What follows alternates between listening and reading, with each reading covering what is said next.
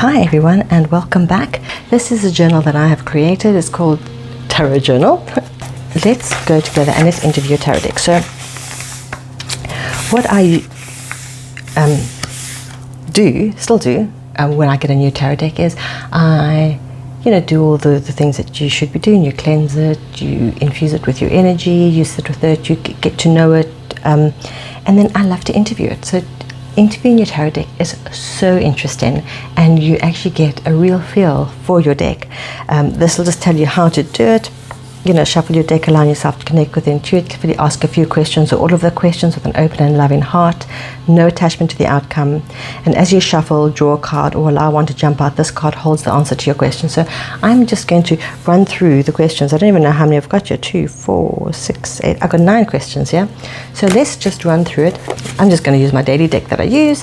I have interviewed it before, so I have got the answers. I know what it is, and it probably won't give me the same answers that it gave me, because I'm obviously reading for the collective, and the energies are different, and the space that I'm in is different, and the space that I'm holding for the collective is different. Question number 1, what would you like me to know about you? So I would then just shuffle until a card popped out. There we go. Death. How interesting. So what do we know about the death card?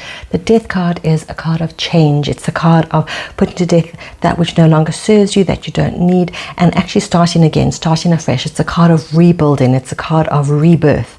So that's really good. So what would you like me to know? So your deck is telling me this is a change. This is something good that is happening to you and for you. So this deck is going to help you to change. It's going to help you to see things in a new way. It's going to help you to rebirth something new, new adventures, new ways of thinking, maybe even a new business. Who knows? So then what you would do is I would write down the name of the deck, and my questions, I didn't number them. I've just got bullet points, because you need to ask. You can ask all of them, you can ask some of them, you can number it in the way that you want to, and then just put in your question and your answer, which is really, really good. So that's great. Love that. Okay, let's go for the next question. What is your favorite card in this deck? Well, 2 cards jumped up, so I will take 2 of this. This is the 7 of Wands and the 7 of Cups.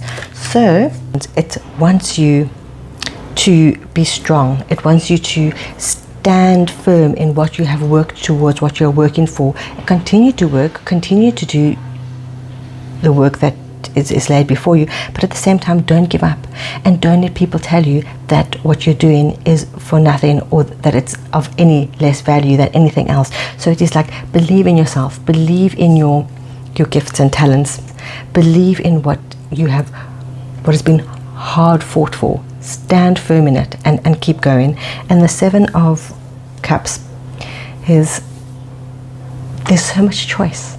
So this is telling you there's so much choice, and this card is about you having to make a choice, feeling into what is actually calling you at that particular moment in time. What do you need to focus on? Where do you need to give your focus? And put it into your reality. So I quite like that. This deck likes you to know yourself, be firm, stand strong, stand by your ideas that you have fought. So actually, I think this should be this way around, where you look and you feel and you decide what you want to do, and then you work on it and you fight on it, keep fighting on it, keep fighting for the result. Fighting is quite a harsh word, I don't think I should be using it, but keep being resilient, keep forging ahead, be strong, basically. That's awesome. Lovely. Okay, now we can ask it, which card sums up your personality best?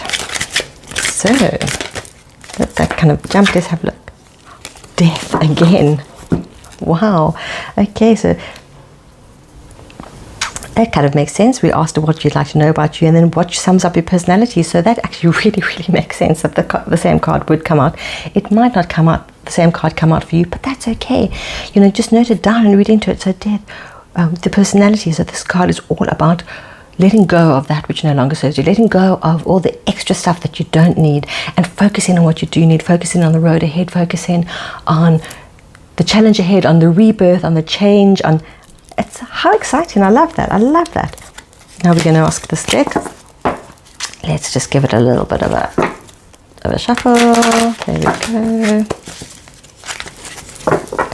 Okay, what are your strengths? The Magician. That is amazing. The Magician. Okay, so what are your strengths? The Magician is a fabulous card. Like I say, this is also one of my favorite cards in the deck. It's telling you that you have everything inside you. You are magical. You are magical. You're a magical being. We're all are magical beings. And you have inside of you exactly what it takes for you to get where you're going, for you to start what you need to start, for you to complete what you need to complete, for you to carry on doing what you are doing. You have got access to all the suits. You've got your cups, you've got your pentacles, you've got your wands, you've got your swords.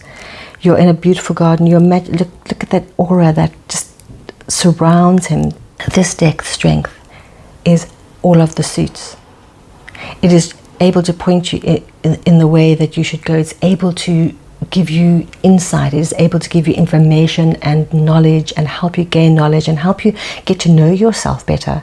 And if you are reading for others, help you to read for them as well, and to give them insight and knowledge and to hone your skills. Oh, love this deck. Love this deck. What sort of readings do you prefer?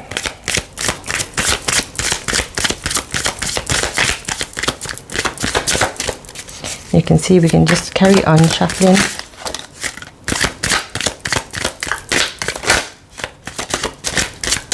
Until the card just, there we go. The Fool. How beautiful. The readings that you prefer, the Fool, it starts at the beginning. So, okay, the couple of things coming through to me here. The kind of readings it likes to do is to start with the querent, the person that comes to you to ask for a reading if you're reading for others. Even if you're just reading for yourself, start at the beginning of the journey. It likes to do the journey with you. It wants to do the whole journey with you. It wants to start. It wants to create a relationship with you. It wants to help you and wants to give you advice. And it wants to go through the journey. So the readings that it likes to do is it likes to go through the journey with you. So it would like you to ask it quite pertinent questions. Of course, you can ask it general questions. You can, what does Spirit need me to know today? Or that, because that is part of the journey. That is part. So when you get the answer and you get the cards to those kind of questions, it's part of your journey. It's part of the learning. It's part of the knowledge that you need to go forward. But this is telling me that this deck loves to do readings, to see them through to the end, to see, to ask it very, very specific and pertinent questions, to actually get down to the juicy bits. It likes to get into the juicy bits. Wonderful. Okay. Next question is, what can I do to ensure we enjoy a good relationship? Well, that's a really good question, is it not? What can I do to ensure that we enjoy a good relationship? Okay. Two of Pentacles. Okay, as you can see, how ironic is this? Stormy seas, it's going on forever. So for me to enjoy a good relationship with my deck is not to overthink things, not to question, not to over ask either. So not to keep coming back and asking and going around the same loop. When I come and I ask a question and I get an answer, I can go away, I can think about it. If I am a bit confused or I'm not 100% sure, of course I can come back, I can ask the same question. But it is telling me that not to ask it too many times. So not to overthink it, not to go around in circles, to accept when it gives me an answer that is actually answering me, to trust it. Not to think that there's too many hidden meanings or conspiracies, but to understand that when it gives me an answer, the answer will be for my highest good. And I might not understand it at the time, and that's fine. I can come back, I can ask, I can clarify, but not to keep going around in a loop overthinking. Okay. Is there anything you wish to share with me right now? Okay, that's a good one. Is there anything you wish to... Justice. Okay. This is telling me that my deck is always going to be fair. It might not always tell me what I want to hear, but it will tell me what I need to hear. And it will always be fair. It will always be balanced. It's not going to... it's all, how do I say this? It's always got your best interest at heart. it's always for you, it's always on your side. But sometimes we get a reading and we go, oh my goodness, this is a terrible reading, or oh my goodness, this doesn't make any sense, or this goes totally against it, feels like it's an attack on me. But know that when you get those readings, it is for your highest good. There is a reason that you're getting those answers, and you have to work through them, especially if you don't understand them. But this is telling me that, yep, it's 1111. If you look at those two pillars as well, it's the number 11 card. So it is all connected, tied in. It's for your highest good. It's going to give you understanding. It's going to give you the messages that you need to hear, and it's going to give you knowledge. I mean, the person in the Justice card, he studied to be the judge. He's wise, and he's been around for a while, and he is educated, and he knows the ways of the world, and he knows things, so you need to trust your deck, trust this deck when it gives you the answers. Okay, next question. How can I improve as a reader? There we go. So the deck is telling me I'm number 4. And again, 1111, celebration. How can I improve as a reader? I just need to celebrate and value myself, and value my gifts, value my ideas, value my thoughts, value, just value my skill and my gifts that I've got as a reader, and to just celebrate life, to celebrate and be excited about things. That's what I get. Am I right? Yes. Okay, great. And the final question is, do you have a question for me? So does the deck have a question for me? Interesting. Let's see. Do you have a question for me? Wheel of Fortune.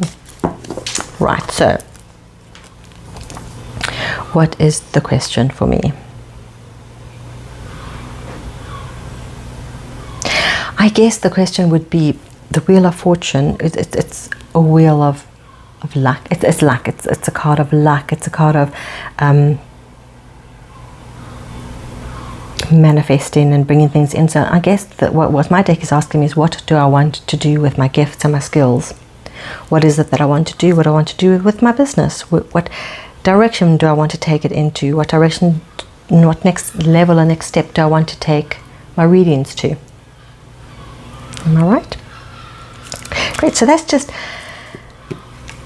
of course, you can make up your own questions as you feel led to do so. As you get to know your deck more, there'll be things that you want to know. But I haven't written these all down because I will do this for myself personally and not as a general reading. And I will, like I said, note the deck, note the questions, note the answers. And you can always come back and look at it. And I've given some space so that you can do more than one deck, as well as grow your question list, which is really, really, that's how to interview your deck. I hope that you enjoyed this video. Please remember to like, share and subscribe.